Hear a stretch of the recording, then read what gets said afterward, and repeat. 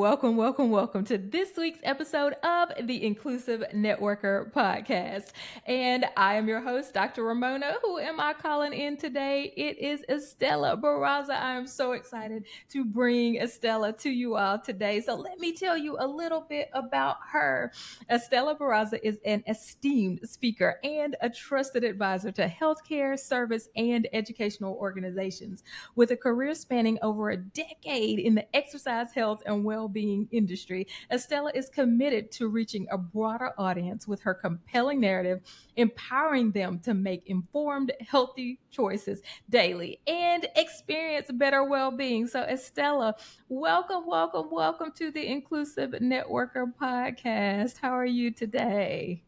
Oh, I am so good, Dr. Ramona. It's so amazing to join you and to have a conversation with you today. Yeah, so let's get started. Yeah, I always ask my guests this question, and that question is, what is your lens? So tell us your background, your lens, what you bring to this conversation today. It's so interesting because I actually grew up in a farm, and growing up in a farm is there's so many things that are around you. You're out in nature. There's animals, there's plants. We did our own harvest, and then we actually ate a lot of the things that we were producing in the farm. So Mm-hmm. there's a lot of activity and a lot going on throughout the day. And what I learned was all about developing this sense of empathy, thinking about curiosity, and then learning, and how to really think about learning as a listening tool for not only what I was experiencing in a farm, but also throughout my career. And I would say those three skills of empathy, curiosity, and listening have truly helped me with this new lens that we're experiencing now with DEI. Mm-hmm. Yeah, so I hear a little bit of an accent. So tell us your heritage and your culture as well. Yes, I come from a Mexican background, so Okay. from Mexico, and Spanish speaking throughout my young years. And I actually did not learn English until I was 11 years old. Okay. Yes, I love that, and I just love the diversity of the women that come on this podcast, and so I'm so super excited to have you. So, as you talk about this idea of empathy, curiosity, and listening, and how you grew up on the farm, tell us Mhm. a little bit more about what the farm did to produce those characteristics in you: the empathy, the curiosity, and the listening. Yeah, so it's so interesting because growing up in here, I was so used to milking cows every night. That was our routine. When often as little kids, they're tasked with chores and thing around the house, either cleaning, taking out the trash, things like that. One of my chores was to milk a cow every single evening, and I was only Mm. about 5 years old since I can remember doing that. So imagine this big animal, and they move around, they start kicking, sometimes they get distracted by either flies or other things happening, and all Mm. of that, it's really thinking, well, how can I have the right energy, right? The empathy, the listening, really thinking about, is the cow going to move as I'm milking the cow?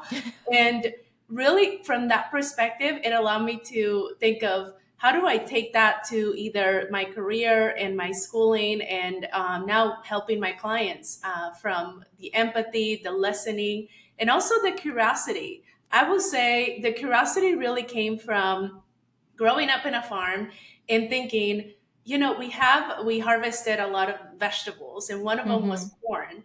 And going from just planting the seed, and then you see it grow as you come and see and experience that. But then as you're seeing it grow, and then you come shop it off, and then one day you're enjoying it in a meal, and Mm-hmm. really thinking the whole process and living it and experiencing that was how it just helped me grow my curiosity mindset, and really thinking about, how can I learn how to implement this in other areas, and bringing ideas into action, or bringing ideas into reality. And so Mm-hmm. that has truly helped me with even going into networking space. Yeah. So, how did you go from the farm to speaking, being a health and wellness expert, going into corporate America? How did you make that journey? When I was in sixth grade, I experienced something that was changed my life forever. So taking PE class was something that I truly admire my PE coach. It was the only class that I enjoyed taking in school. And it really, that's when I discovered my love for exercise and wellness, and really thinking about exercise as a way to connect with others, to feel like I belonged, and to truly feel that I felt seen in a way. So Mm-hmm. that was my way of showing up, and I felt like I belonged there. And it truly carried on into playing sports. And then really when it came down to going into college and choosing a major, I came in thinking about marketing. I had a sister who was doing accounting, and she Mm-hmm. said, "Well, if you want to go into college and do business, you probably want to think about marketing because you have more of that lens of being in front of people and thinking about really speaking to others and sharing Mm-hmm. ideas." And so she said, "You might not like accounting, but you might like marketing." I went into a marketing class and I just did not enjoy. I said, I don't want to see myself sitting behind a computer all the time and not interacting with people." And so I came and stumbled upon kinesiology, which would drove me to just pursue that career in exercise and wellness. And I have stuck.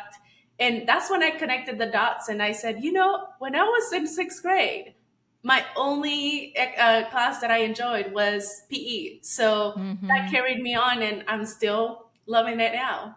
Yeah. So, interesting fun fact: my bachelor's degree is in kinesiology as well. So, Oh, that's exercise science and amazing. kinesiology. Yes. So, love, love, love. Health, wellness, fitness. Have done all kinds of exercise modalities and teach yoga and all of those things. And so, totally on the same page with you Yes. on that. And so, as you were moving into the fitness space and wellness, tell us a little bit about what you do now. So, what is your career and what types of things are you doing? Yeah, so now my whole purpose has been focusing on how do I empower leaders to either for themselves to ease work related stress and experience better well being, and for them to also have that ripple effect for their team members. And it goes Mm-hmm. down from the helping them with their organizational strategy to how to think about their own well being, and then how to think about their well being of their team members. And so, anywhere from programming to thinking about doing a one time speaking engagement that truly just comes in inspiring and taking action, and drafting that seed into how they can start guiding the next part of their well being in their Mm-hmm. strategy in their organization. And so that has been an evolution in my career. That before I used to, when I first graduated, I actually started doing a personal training business, and Mm-hmm. I would work with leaders, either political, news personalities here in the local, and thinking about really training them specifically. And I got to learn about a lot about their organization. And I always thought about how can I help more people, and people already trust the organization that they work with and the Mm-hmm. leader that they work with. So how can their leader also empower them to experience better well-being? Because there are many people that are experiencing work related stress, and their leader has, if they have a good relationship with their leader, that helps them to ease their stress a lot better than not having a Mm-hmm. good relationship with their leader. So that was one of my big drivers now. Mm-hmm.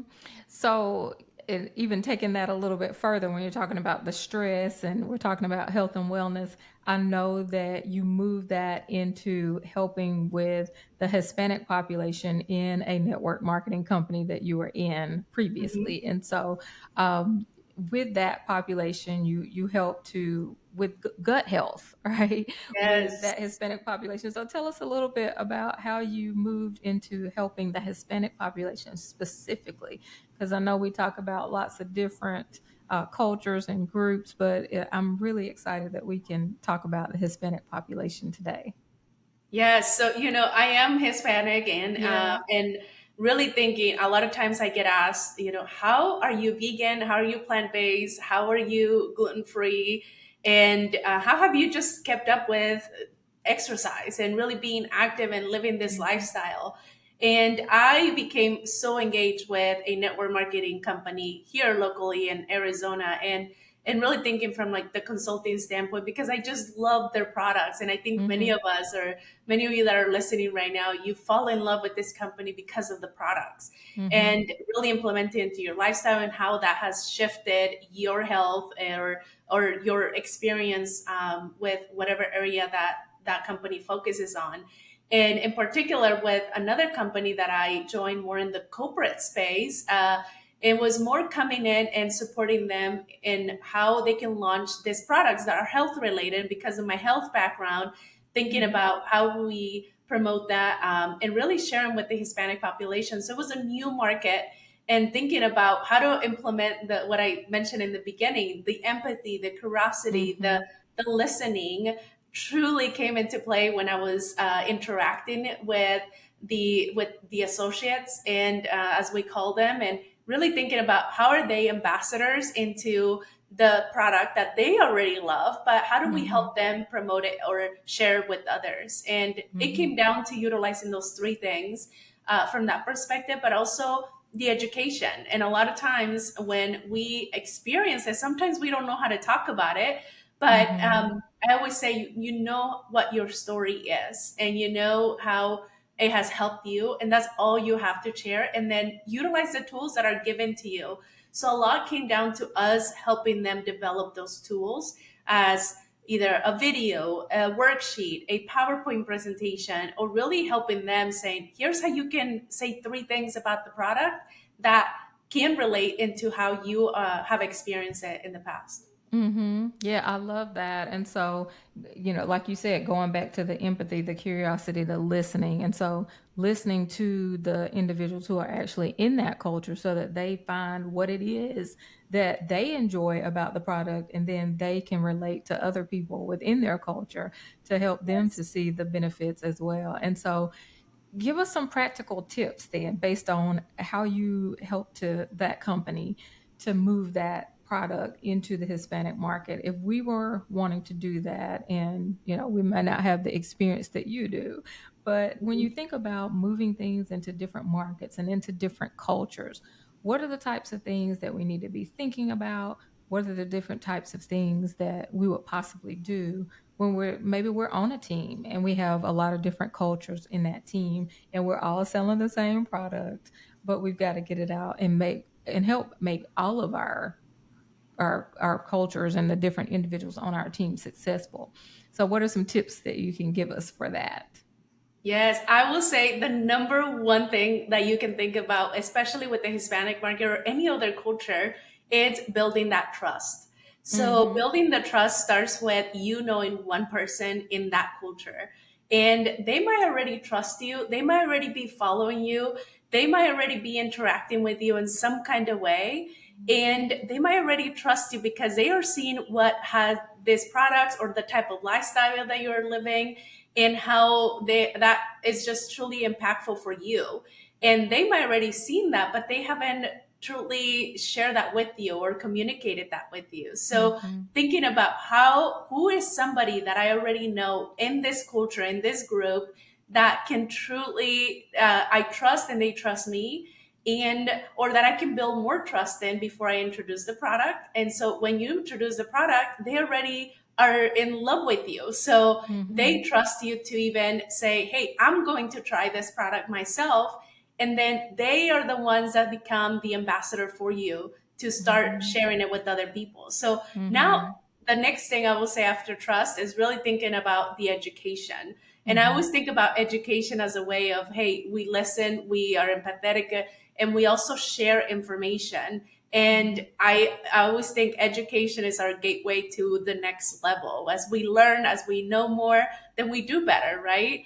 And so one of the main things is, what are some tools that you can provide for them? And what we did in the network marketing company that I work with is that we translated the tools. So if you Mhm. are in a company currently, look at the tools that are available in that particular language. For this example, it's Spanish. So what are the tools that are available in Spanish? Do they have a Facebook group or other groups that people that are joining now can join? Because when we think about, hey, I'm going to try this product, it's an ongoing process. We don't want them Mm-hmm. to just try it for the first 30 days or one day. We want them to Yeah. try it and then start seeing how other people are maybe utilizing the product, experiencing it, creating that community component, and then going from there. So it's really thinking about trust, thinking about education, and then think about building community for them. So, and the Mm. education and the community has to be in the language that they understand and that they're more comfortable with.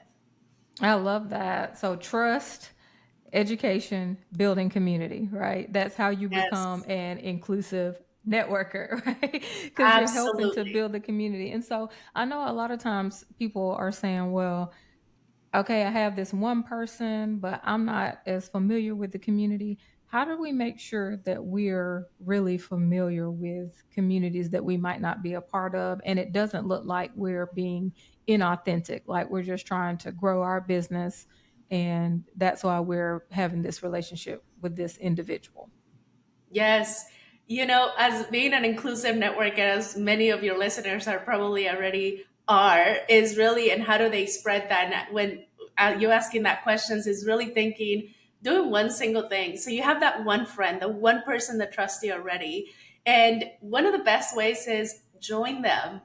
Have them invite Hmm. you to either a birthday party, or maybe they have said, "Hey, there's this community event going on, or this event going on," and join them in that, and just go and observe and be curious and listen, Hmm.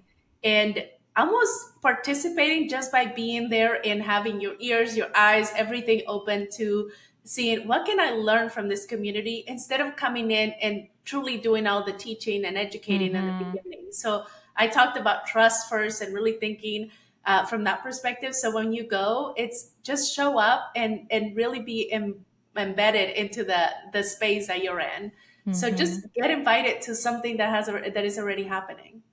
Yeah, I think that that is such good advice because often we say that we have this friend that is of a different culture, but we never have actually interacted in the culture. We haven't gone to events. We haven't gone to church or however they worship. We haven't gone to things that are specific to their culture. And then it's like, well, yeah, I have that one friend, but really, how much have you done? How much do you really know about their community? And so I think that's the important piece that we often miss is how have I not just said in lip service that I am friends with this person, but how have I actually interacted and not bought my own opinions, my own perspectives in? And I've really gone in with empathy, with curiosity, and listening. I love those three because I think it all boils back down to those, right? The empathy, the curiosity, the listening when we go to visit people and when we try to learn about other cultures or other perspectives. So that's so good. Yeah. Thank you. It has Yeah. truly helped my career, and in especially being in the networking space for many Mm-hmm. years, and not only as an ambassador consultant, but also from the corporate perspective. And it Mm-hmm. truly implementing those three main things. And I said, I learned this when I was a little Mm-hmm. girl. So, and those are just values that can continue with anything that we do. Mm-hmm.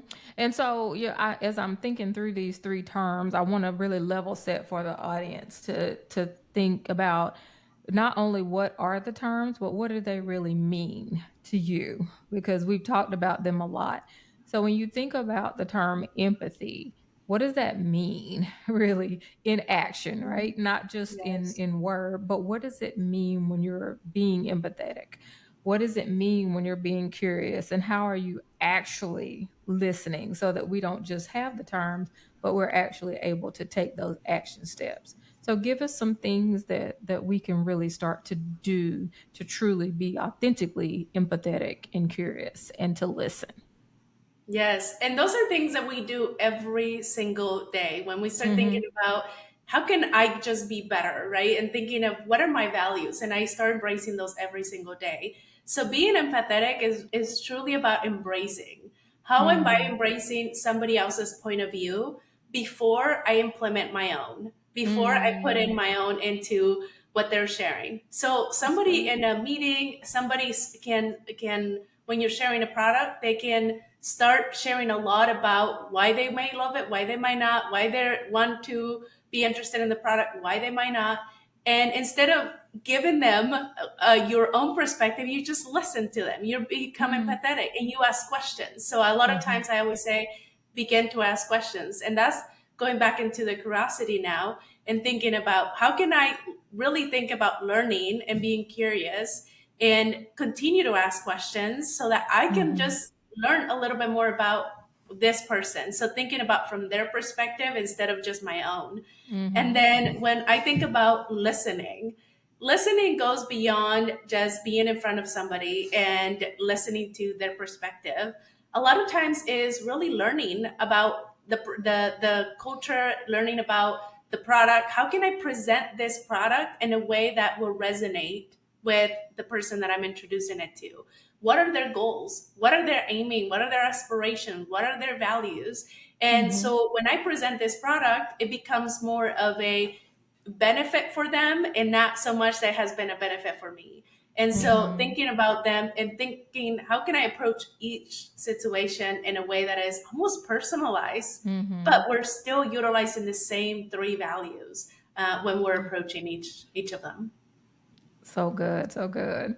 So, uh, Estella, how do we stay in touch with you? I know that the inclusive networker is going to the inclusive networker community is going to want to stay in touch with you, learn about the things that you have coming up, the things that you have going on. So, what do you have coming up that we can plug into, and how do we stay in touch with you?